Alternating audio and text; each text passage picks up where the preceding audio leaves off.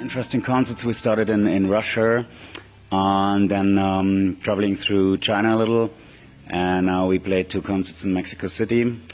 And it's very interesting how the people are reacting to the new material, because I mean this album is very special. It's probably the most darkest, most emotional album we ever did.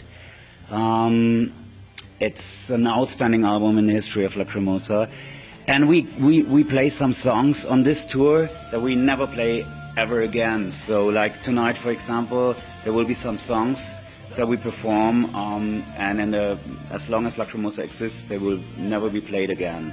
So that makes it really special, because those are also special songs, and they are so strong connected to the topic of testimonium that for the future it's actually not possible to, you know, like get them into a best of show. So we are always, every evening, excited how the audience is reacting to the new material.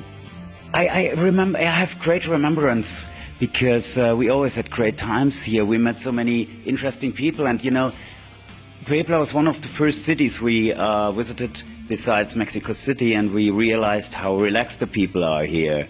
And that's nice. I mean, it's we have the impression that the city is a very good place to live in. It's a nice place, and so that's also how the people react to us, and therefore we are always happy to come back. And I'm really happy that it worked out, because maybe some of you guys have seen it in the first schedule. Puebla wasn't there.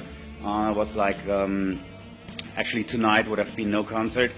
And then after Mexico City was sold out pretty soon, there was the possibility also to play here. And now it looks like it's going to be very full tonight, so I'm very excited. That was a very interesting project, because I met Martin from Mono Inc. some time ago just for an interview. Actually, we didn't do any work together, but there was a magazine. They wanted to interview us because they knew that he's very much inspired by my music, and that was like an interview for 2 generations. So then we had this really nice conversation, and after that, when he wrote this song, he thought like he would perform the song with people he likes and people he respects. And then he asked me, and I love the song because it's so much gothic rock from the 80s. It's so typical, you know, Sisters and that kind of stuff. Really cool song, very well produced. And it was also cool that he invited Joachim Witt, and also he is a singer from Lot of Loss. And we had a great time together, and really nice people, very respectful. I always love those kind of collaborations, because you are thrown into something that is so far away from what you are normally doing. I mean, you know, when I'm in the studio, I'm so totally in my world, and it's great to be invited into the world of somebody else. Yeah, of course. I mean, you know, if music doesn't change, then it's kind of everything has to develop. Life is development, and if things won't develop, they die. So music needs to also develop, needs to change. I mean, it would be weird if we still would listen to the same music like, for example, the Doors did in the 60s. I'm a huge fan of the Doors, but it's good that the music developed. Speaking about the dark music, gothic metal scene, some movements are maybe not, some developments are maybe not the best, I think, because they are very much led through the commercial thought, and not through artistical inspirations. And that is, of course, what I feel sorry for. For example, we have like this 10-minute song Testimonium on the new album, the title song. And many people say like, wow, that's much too long.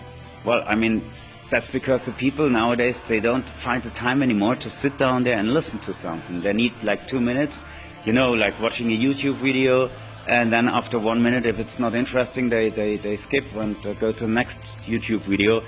So it would be nice if people would take more time again to, you know, get into music, to listen to it, and to not only consume it.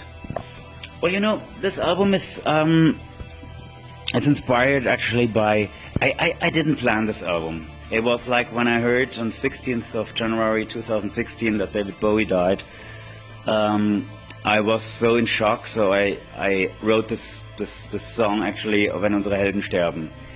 And then it continued, like Prince, who was a huge star of my childhood, died, and so many others died. And I kept on writing, inspired through the pain and the grief about the loss of those wonderful artists. And I was actually, that's what the lyrics are mostly about and what the music is about. But you see, a Requiem is always those people, those composers who wrote the Requiem never knew those peoples they wrote it for. For example, Mozart, which is obviously one of the most famous and in my taste, of course, the most beautiful Requiem. He never knew for whom he wrote the Requiem. He got this. He didn't even know who paid him. There was just this messenger telling him to write his Requiem, and he brought some money. So it's a bit the same here. I didn't know David Bowie personally, or Leonard Cohen, and all these artists. So I took the whole theme right after the first song, Wenn unsere Helden sterben, into a very personal way. So this album becomes it's like a conversation with myself about losses. You know, we need to say goodbye to many things every day. That might be an idea, that might be a dream, that might be a person, that might be, you know, so many things we have to say goodbye to every day, and that's always a little death. It's always some kind of a parting, dying. And this is what this album then also is much about, like songs like Der leise Tod, where something dies inside, Weltenbrand, where the hope dies that this world will recover, that people will be able to get wise one day. So this album is mostly about death and my personal point of view on certain topics, how to deal with death and with grief. Well, I think it's not a secret that I'm a huge fan of our Mexican audience, because, you know, Lacrimosa is, so to say, divided in two parts. There's this emotional kind of lyrically part where you need to feel the music really deep inside, and therefore you need to be an emotional person. You need to have the capability to be able to reflect your feelings. And on the other hand, Lacrimosa has some, I would say, not party songs, but you know, rock songs to get out of yourself. And there are many audiences in the world. Some can be really like drawing into the emotions, some can do party, and the Mexicans can do both, and that's what I really love. So if I think back now, the two concerts we had in Mexico City, it was wonderful, because there were moments where the audience was crying with us, and other moments where the audience was jumping, and you know, and this is exactly how it should be. And in Mexico, nobody's afraid of letting out their feelings, and this is what I love so much, because I feel exactly like that. That's why I do Lacrimosa, that's why I do this kind of music. And in Europe, sometimes people ask me, like, are you not afraid to give give so much of yourself to the people? And I'm always like, yeah, well, but it is myself, and I'm not afraid of, you know, showing it. And this is like what you guys are, and therefore, for us, it's actually our home. Well, I never thought of writing a book about my life, but spontaneous thinking, the title might be something like Thanks, or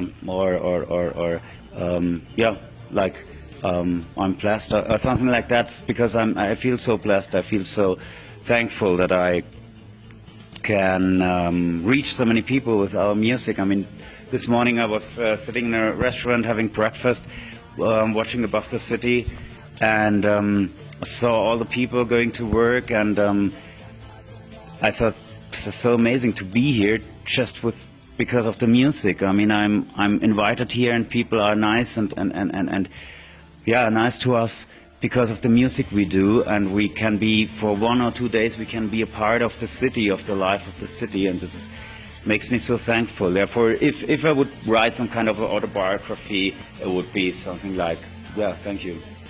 I don't really have favorite songs because, you know, songs are like children. You can't say that's my favorite child. But it varies on stage. On some songs, for example, like the other night in Mexico City, when I was singing Lass die Nacht nicht über mich fallen, I couldn't hold back my tears. There was suddenly, this song really got me so much. Some other concerts, it might be another song like Weltenbrand, which totally captures me. It's always a bit dependent on my personal mood in this moment and how the audience reacts, how deep I can grow into a special or particular song. I wouldn't say I have a favorite song. It's just like the song that is right for the moment. Of course, like Wenn unsere Helden sterben is one of the key songs for me on this album, because it all started with this song. If I wouldn't have been writing this song, the whole album, the whole idea for this album wouldn't have been existing. So this is like a sacred song. It's a holy song for me. I haven't thought about it. I mean, I'm hot for composing, because when I'm on tour, I don't find the time to compose. And I need this, like the air I breathe, but I don't know where it will lead me to. I don't have any plans yet. I probably, when I come home and I unpack my suitcase, the next thing will be that I sit on the piano, I grab the guitar, and then I see where it leads me to.